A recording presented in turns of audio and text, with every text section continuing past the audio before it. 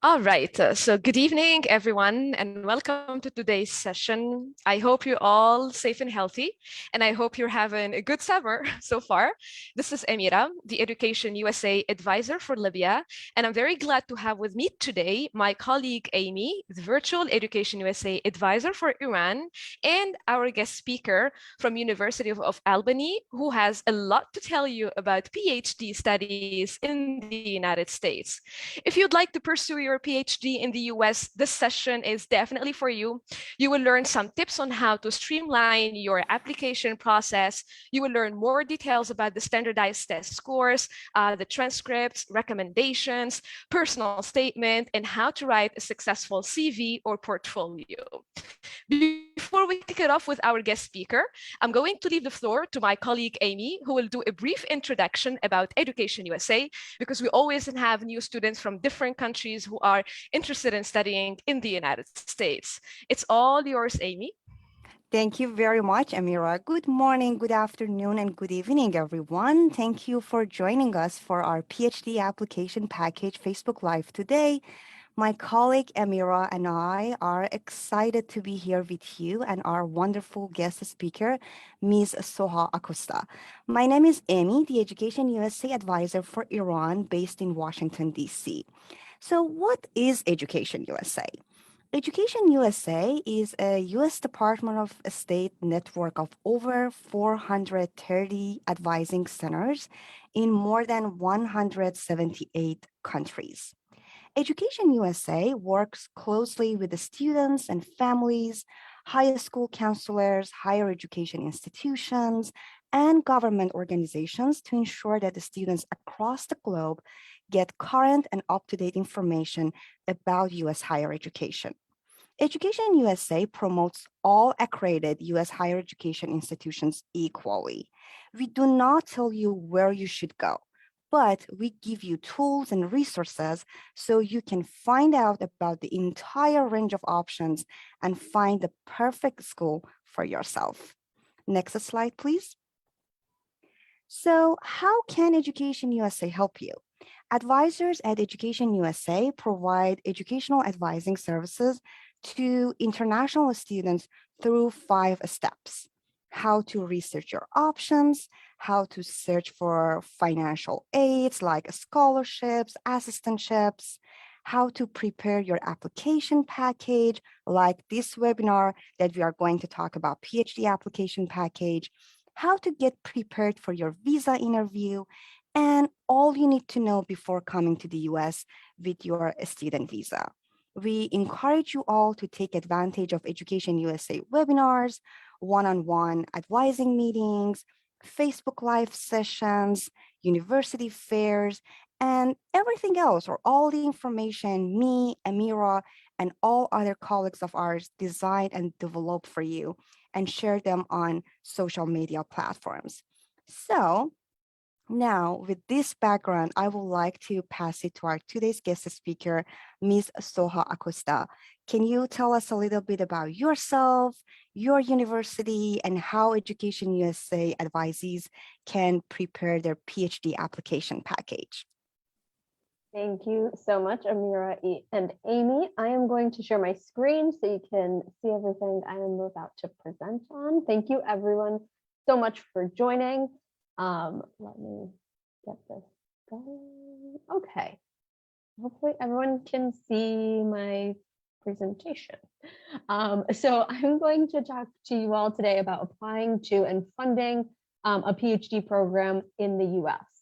I'll use the University at Albany, which is where I work, as examples, but I'll say it over and over. Things can vary, and they usually do vary from program to program or institution to institution.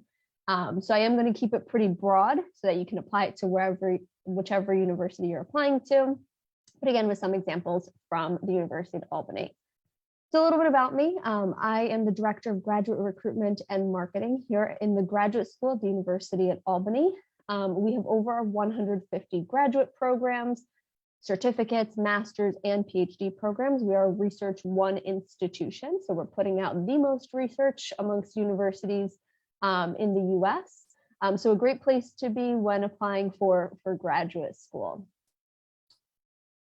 So a little bit about what I'm going to start with is parts of the graduate school application. This is everything I'm going to go over. So I will talk about our test scores, transcripts, letters of recommendation, your personal statement, some other items that you may need like a CV or a resume, and then the actual application itself. And then we'll get into how to fund your PhD.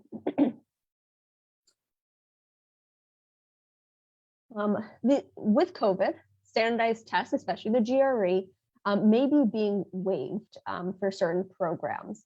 I will say some programs at the University of Albany are just waiving it altogether. They realized during COVID they don't need it anymore for their application, but some will bring it back starting after fall 2022.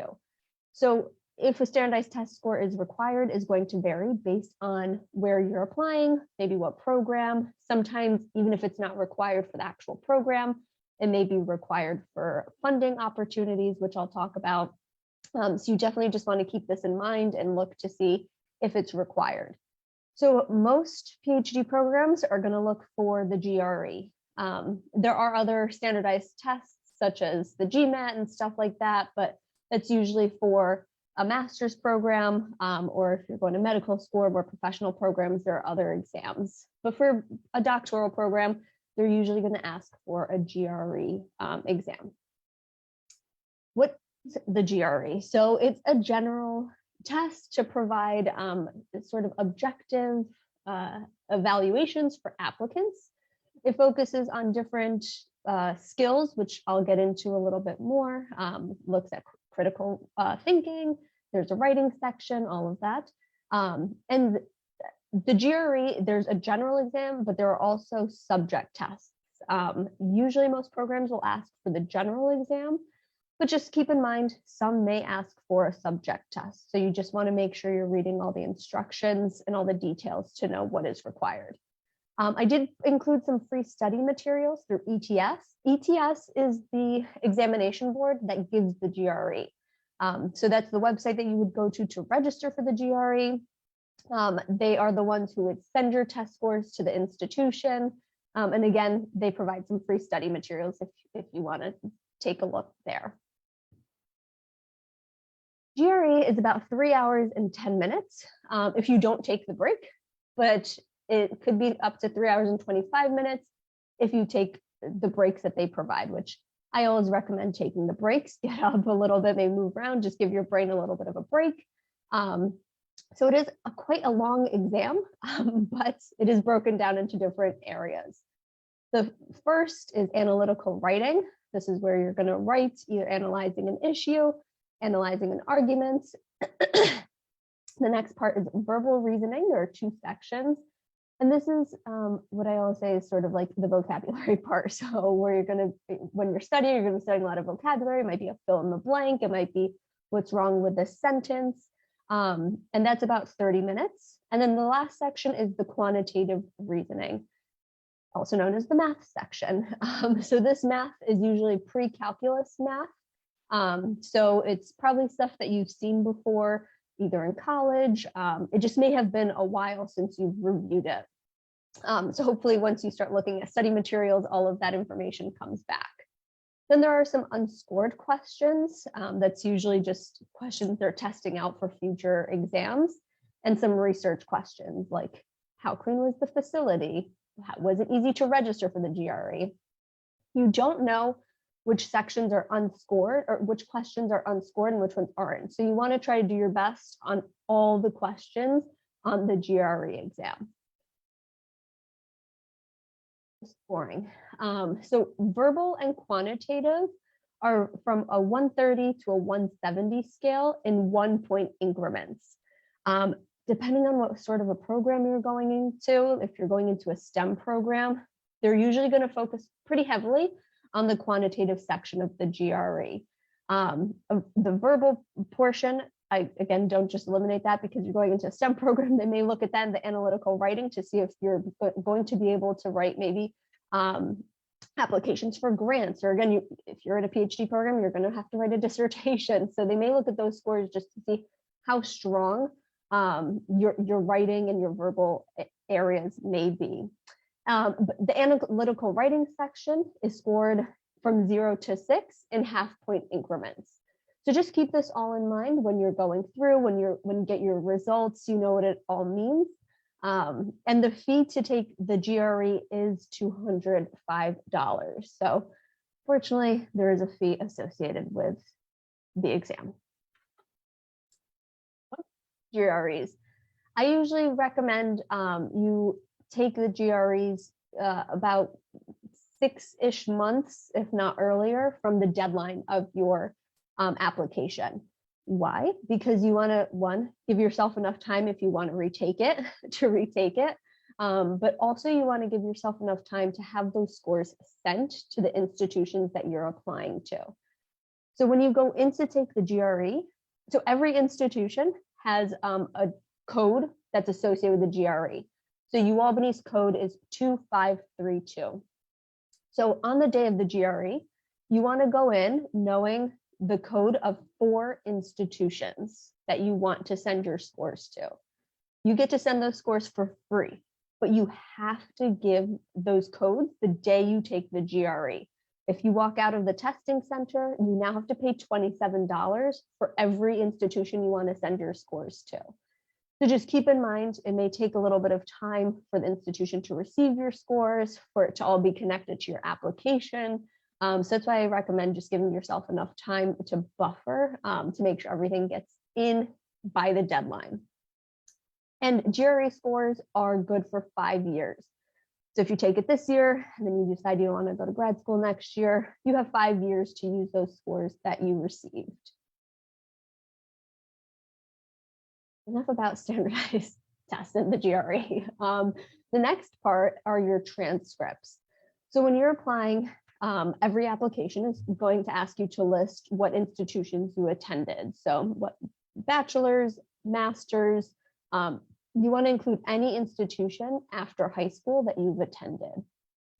Transcripts, depending on the institution, you may have to upload official transcripts right away or provide official transcripts right away. Other institutions, you may be able to provide unofficial transcripts, and if you're admitted, then you would need the official ones. That's how UAlbany does it. So if you apply to the University of Albany, you can upload copies of your transcripts yourself. If you're admitted and you decide to come, then we ask for the official copies. So we can review and make admissions decisions off of your unofficial transcripts. But again, that's going to vary from institution to institution. When we say official transcripts, that means that you do not see them. So they have to come directly from your institution, whether that's in a signed and sealed envelope that you carry with you to the US, whether it's your institution emailing it or mailing it, you cannot touch it, cannot be opened, anything like that. If you see it, it's considered unofficial. So just keep that in mind. If you get an envelope from your university, do not open it, because unfortunately, then you would have to go back and ask for another one. If universities where you are, anything like universities in the US, you want to give yourself enough time to request the transcripts and have them sent. It can take a little bit of time for the university to put them together. Again, if they're mailing them, especially from overseas, that can take some time. So just give yourself enough time for them to be sent to the university you're applying to. Is letters of recommendation. So most programs at the University of Albany, and I would say it's pretty standard, is to ask for 3 letters of recommendation. This doesn't mean, again, this is going to vary. So our data science program only asks for 1 letter of recommendation. It's also going to vary from institution to institution. So just make sure you're looking to see how many of the program you're applying to is asking for and who they want those recommendations from. So some will say all of them have to be academic. Some may say 2 academic and 1 can be a professional one, so like a supervisor. So just make sure you're reading all those details. I recommend you make a list of potential references. Like I said, especially for PhD, you're going to want to focus on faculty recommendations. So maybe someone who taught you in your bachelor's program and your master's program, but you want a faculty member, a professor from an institution writing your letter and being able to speak to your ability to do doctoral work. Give your writers quite a bit of time to write the letters. Again, at least in the US, our faculty, our professors are busy, they have lives, they're doing research. So it may take them a few weeks to get to your letter and to be able to write it. And then again, just be aware of deadlines so that you can get it, either upload it or have them upload it.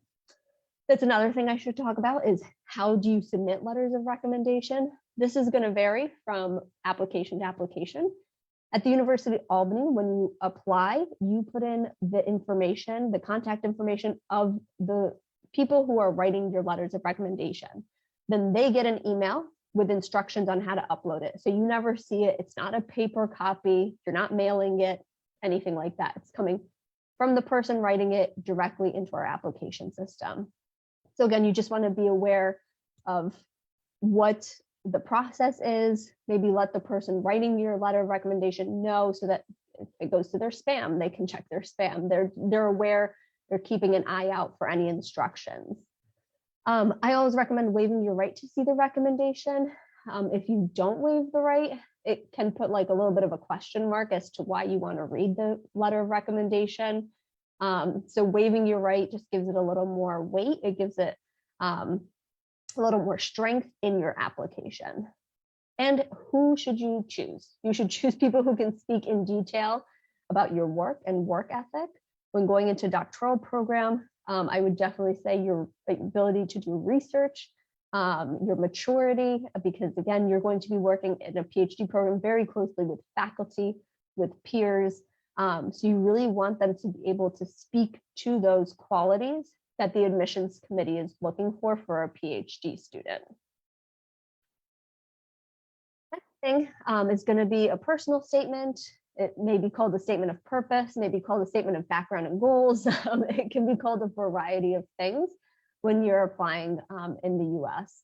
So this is usually about a 1 to 2 page document, double spaced, normal font, so nothing crazy, no really tiny font or anything, where you are going to discuss why you're applying to the program you're applying to, why you are a good fit for that program, and why that program is a good fit for you. So you want to be direct, honest, and sincere. So really make yourself the protagonist of the story, the main point of the story, make your voice very strong. You want to give life to your resume, not just repeat everything in your resume, because you're probably going to upload that too, so they can see that themselves. This is really where you're going to talk about your research interests. This is where you can show that you've done your homework about the institution. So you've researched which faculty members you want to work with, who's doing research in what area and who you want to work with, maybe what courses they offer, what the curriculum is like, the career goals afterwards. This is really where you're going to basically show off that you've done your research on that program. You're not going to write one personal statement and submit it for every program you apply to. Do not keep it generic. You definitely want it to be very specific to the university and to the program you are applying to. Again, for doctoral students, really talking about your research interests is very important. You're going to tell your story, your background, and how it applies to the program, what steps you've taken to build your expertise in the area. So maybe it's work related, maybe it's educationally related. You're going to talk about your goals, so short-term goals maybe in the program, long-term goals after you graduate, why the university you're submitting this application to is one of your top choices. So is that, again, maybe internship opportunities, research opportunities, the courses that are being offered, the prestige of the faculty there. Why specifically that program? And again, like I've been saying, make sure the program is the focus, okay? Make sure your research interests align with what is being offered at the institution. If not, you're going to waste however much money it is on an application fee for a program that's not going to be a good fit for you. So again, really do your homework before applying, but also before writing your personal statement. Maybe some other things that the application requires, maybe a CV, a resume, writing sample. If you're applying to any sort of like English program or maybe an art program, a portfolio may be required. A resume, so I always tell students in the US, if they're an undergrad student, they likely have a resume. A CV is obviously, it's extremely long. If you haven't been in academia for a really long time, you may not have a CV, and that's completely fine. So if you have a resume, even if the application doesn't require it, feel free to upload it. It can just show different parts of maybe like volunteer work that you've done or places that you've worked, or maybe able to show other things that you can't talk about in your personal statement or that you don't talk about in other parts of the application.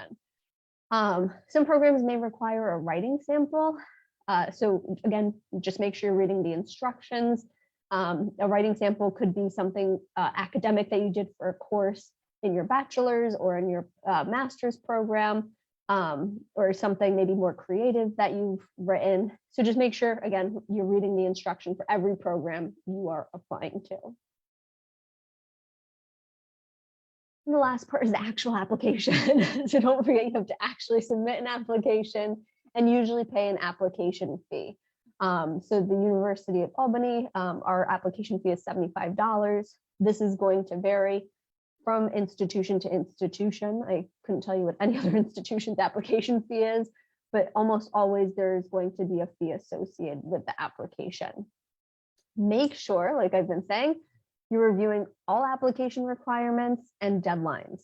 If you miss a deadline, especially for a doctoral program, it's usually pretty hard to have the committee say, yes, we'll take it late. If you're applying to a master's program, there's usually a little more flexibility, but a doctoral program, they have a deadline for very specific reasons.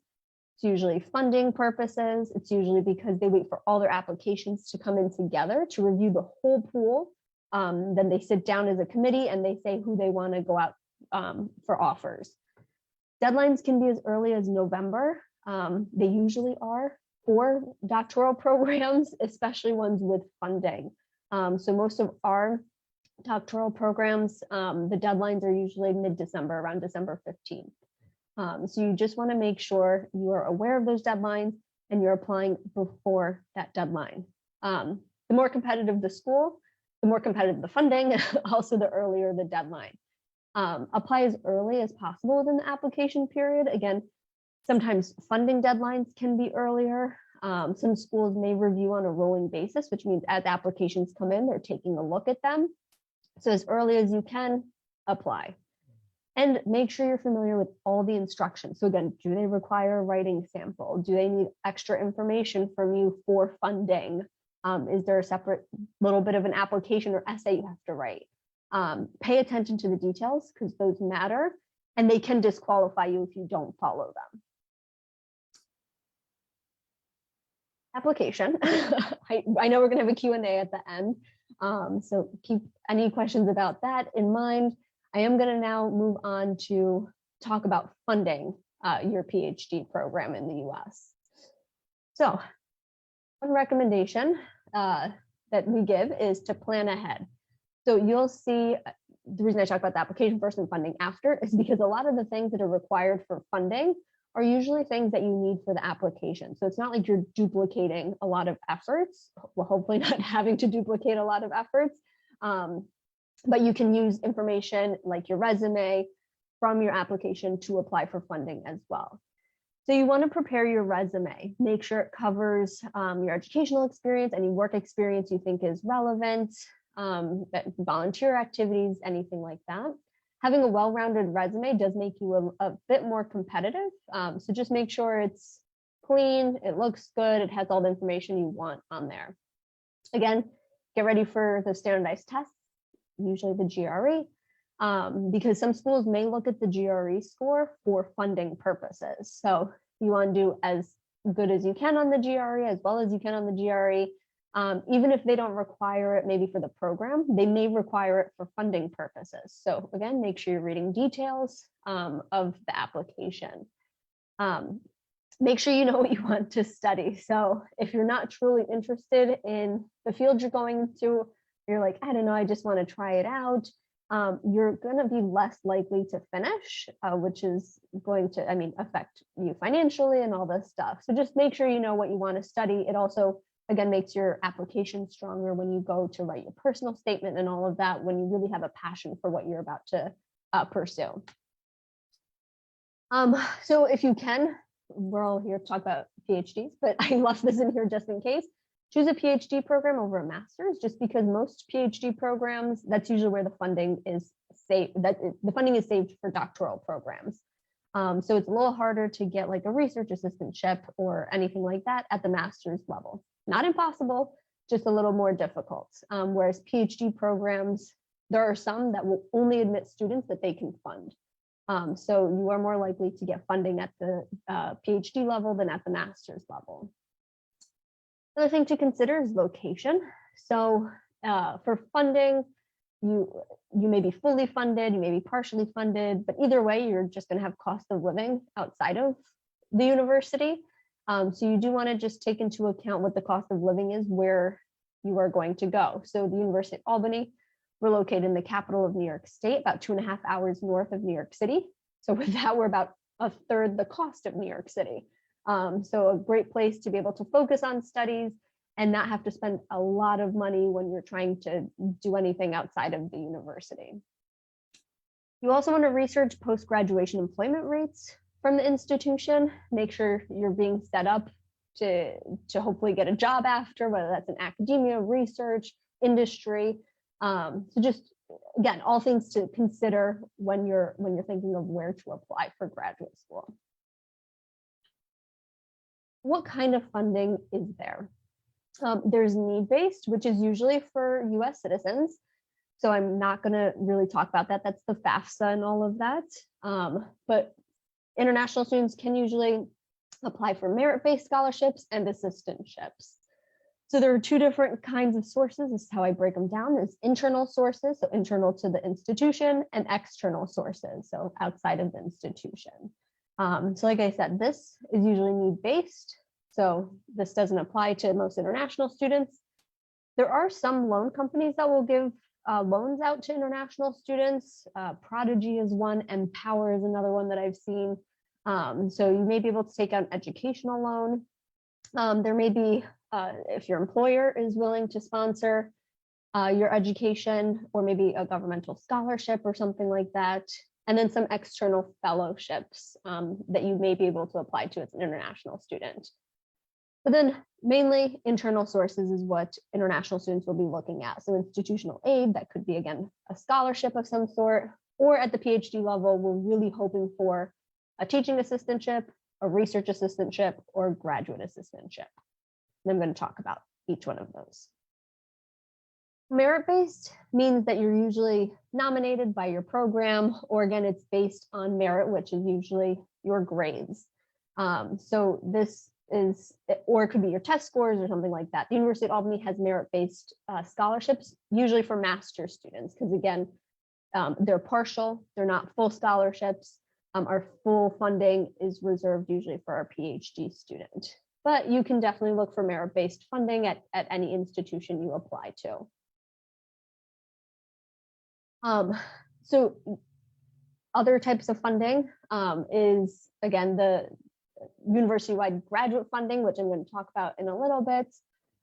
This, again, may have deadlines or processes for an application that's separate than your application to the actual program.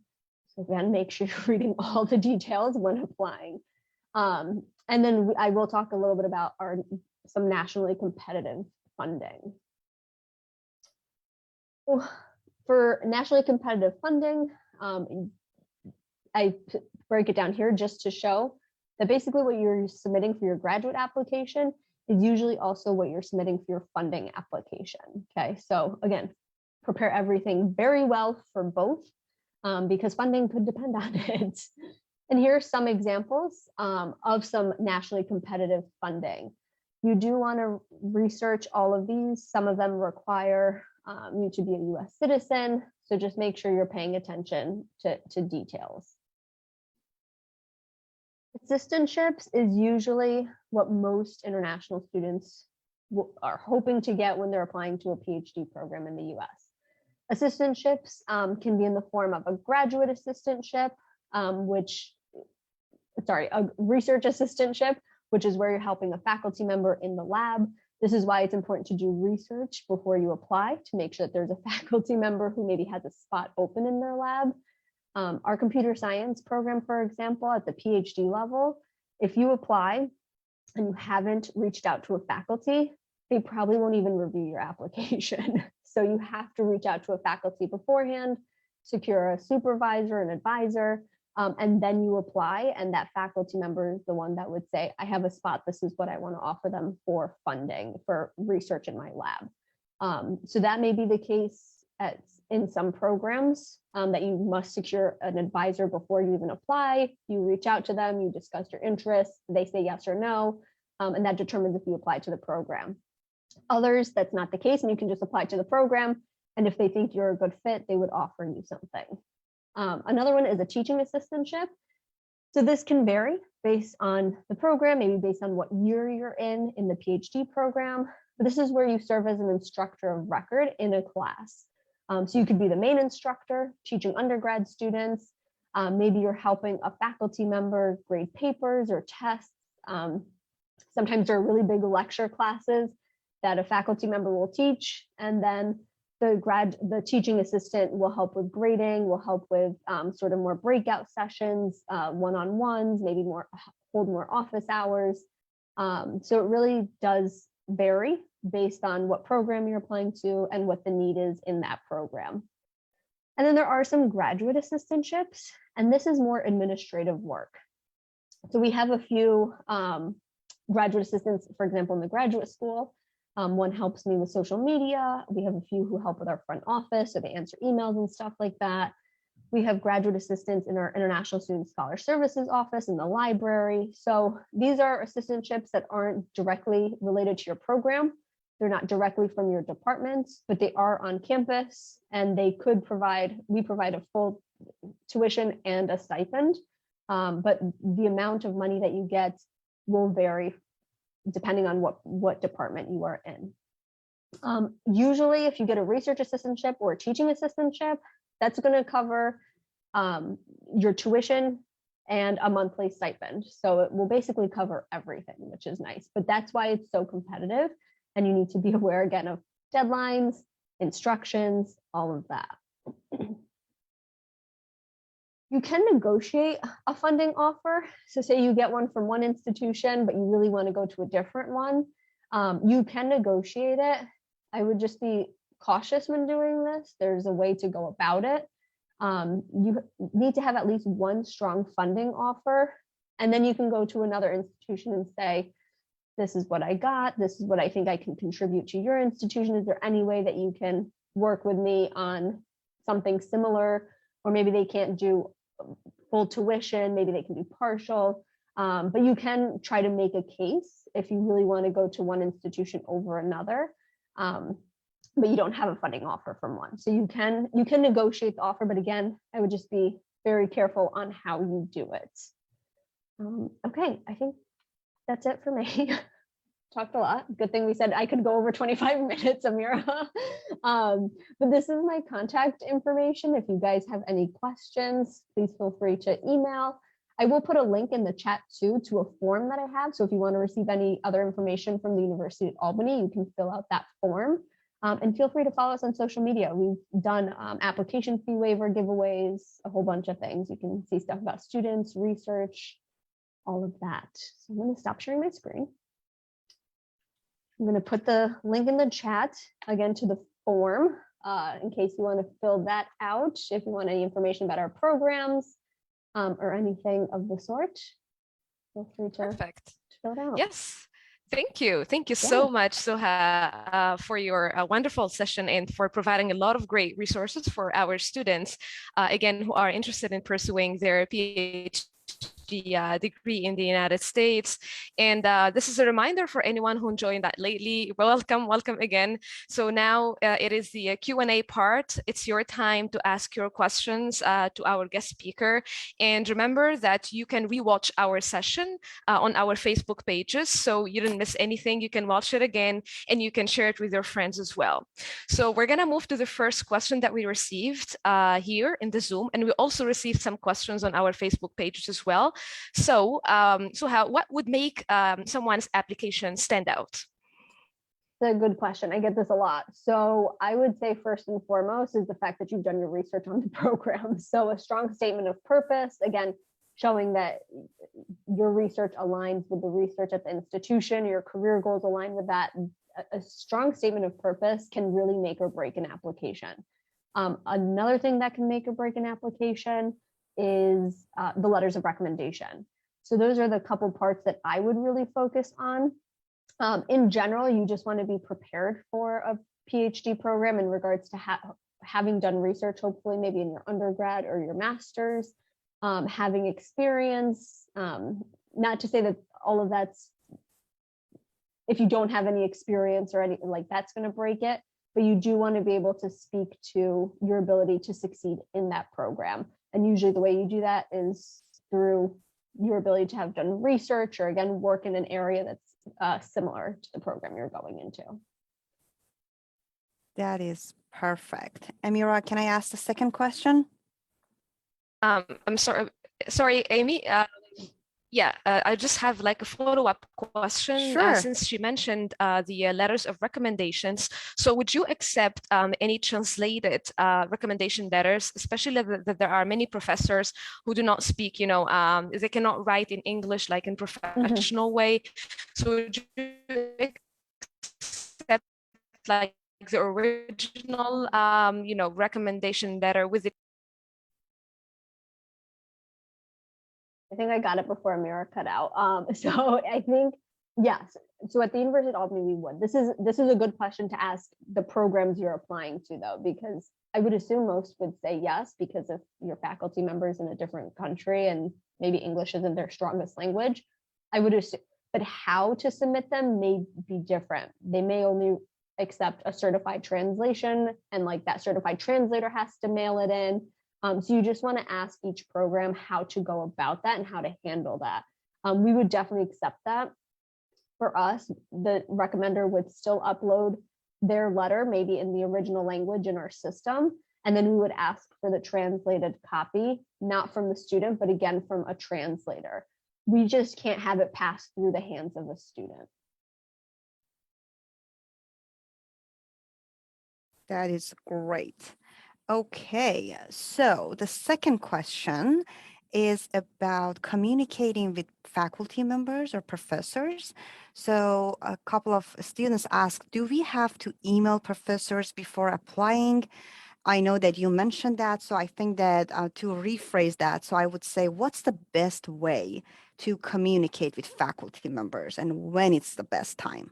Yeah, I would do it as early as possible, because the closer it gets to a deadline, the more emails they're going to start getting from students who want to work with them. So as early as possible is the way to go. And you can usually find faculty email addresses on the website, and you can just reach out. I know some students are like, can I just email them? Yes, really, you can just email them. That's why we put their email addresses on the website. And you want to reach out and you want to discuss why you're interested in their research, what you do, talk to them about what their lab is doing or what's going on there, so that you can just don't open the conversation with, I want funding, I want money. Don't do that. You want to talk about your areas of interest first, and hopefully that will naturally and organically lead into a conversation about, oh, I have this spot in my lab, or like I need a teaching assistant, and it'll just get to that point. Perfect. Thank you very much. Amira, would you like to ask another question? Yeah.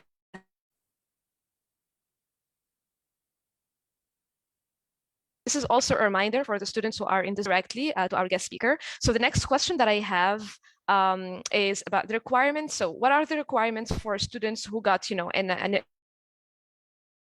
MA in a field, and then they want to be in a different field? That happens all the time. You just want to address why. So say you got your master's in, chemistry, and now you want to go for biomedical sciences. Not that they're completely unrelated, but you do want to address why you're making the switch.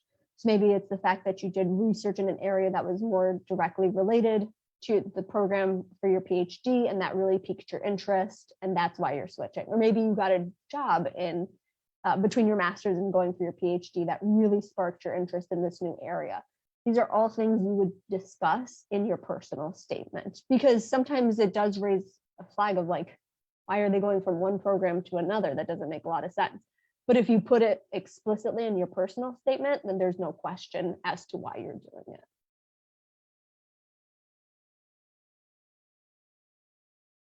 Thank you. Amy?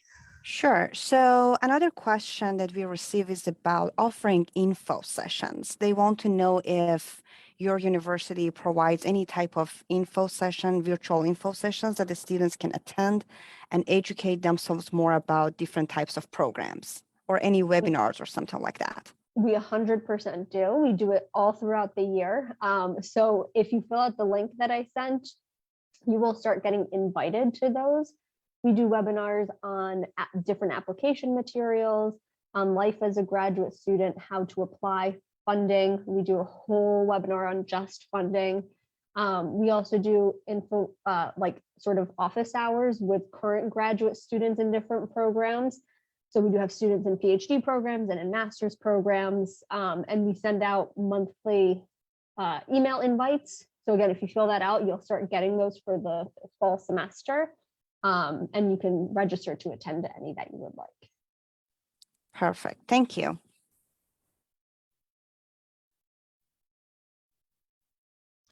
All right.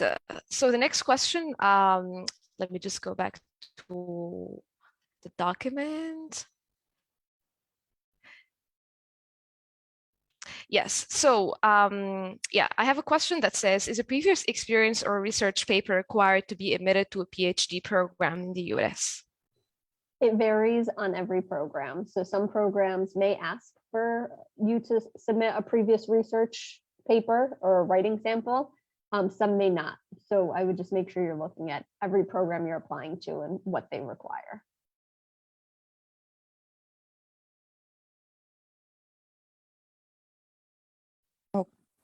Okay, so I have received multiple questions about GRE. So number one is that they want to know if your university accepts GRE home edition. So yeah, yes, we have received them before. I will say that the GRE at home test, I just caution with that because we have received some, and then a week later, the ETS says that they're canceling the scores because something happened. So taking the GRE at home test, I know that they have very strict rules, but I also know in some locations, the GRE at home test is the only option. So yes, but make sure you're following the instructions very well. I see. And can students find the GRE minimum score on your website, on the department sites pages, if they want to? Question. So you will find the minimum score on basically none of our websites because our departments look at the application holistically. So there isn't really, maybe there's like one or two that list an average score, not even a minimum score. But most of them look at the application as a whole. So the GRE is not the only thing. So they don't have a minimum score because say you don't do very well on the GRE, but again, your personal statement is great. Your GPA from your master's is phenomenal. They could still accept you. Vice versa, say your GPA isn't that great, but your GRE score is amazing. That may help. And again, this is the University at Albany. You may look at other institutions and they may have a minimum GRE score listed on their website, but we usually do not. Perfect. You literally answered my third question. So, I mean, yeah, one of the students asked that my GPA in undergrad is very low, but my GPA in master was high. So how can I strengthen my application and how GRE would be a help or other factors? Yeah, so that's the other thing you can do if your GPA is low at any point is address that again in your personal statement. Don't do it in like 2 paragraphs, just like 2 sentences. Like maybe it was COVID and you really struggled during COVID and your GPA suffered a little bit. You can address that, but you can say, but you can see later on in my master's, I did really, really great and my GRE score is pretty high, and then move on. So if you're concerned about a GPA being low, and low to me is usually below like a 3.0 on the US scale. So if it's like a 3.1 on the US scale, or just yourself, you feel like it's too low, I would just say if it's only address it if it's pretty low. I understand that.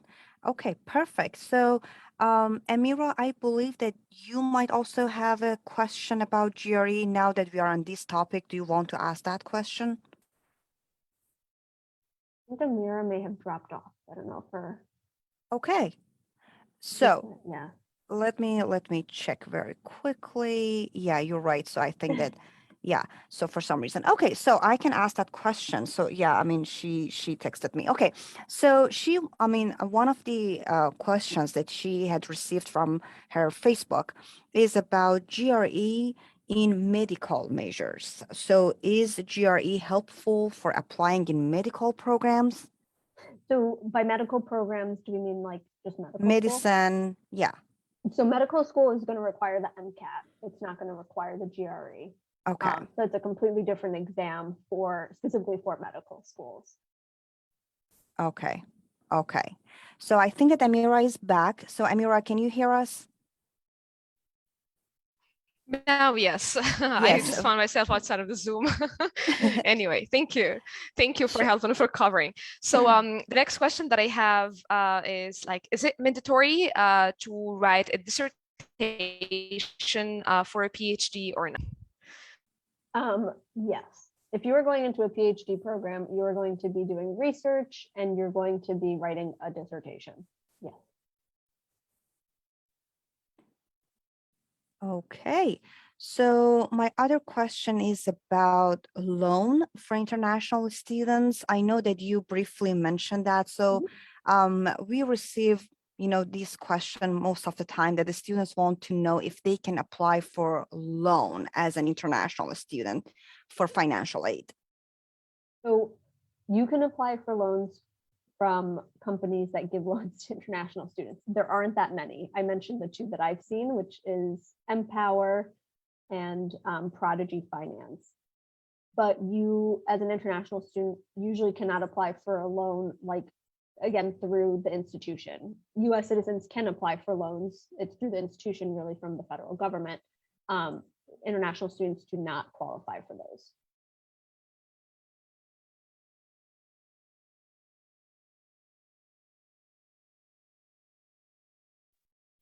Okay. Someone is asking in the Facebook page, would you issue conditional admissions for the students who want to pursue PhD in the US? What kind of conditional admission?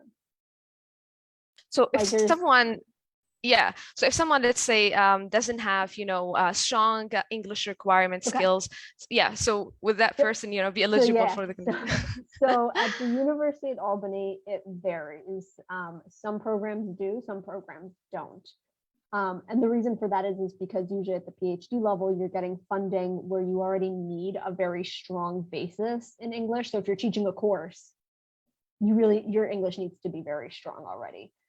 So some programs will, some programs won't. And I think that's a good answer across the board, depending on where you're applying to. So it's a question to reach out to an admissions person to ask if that's something they could do.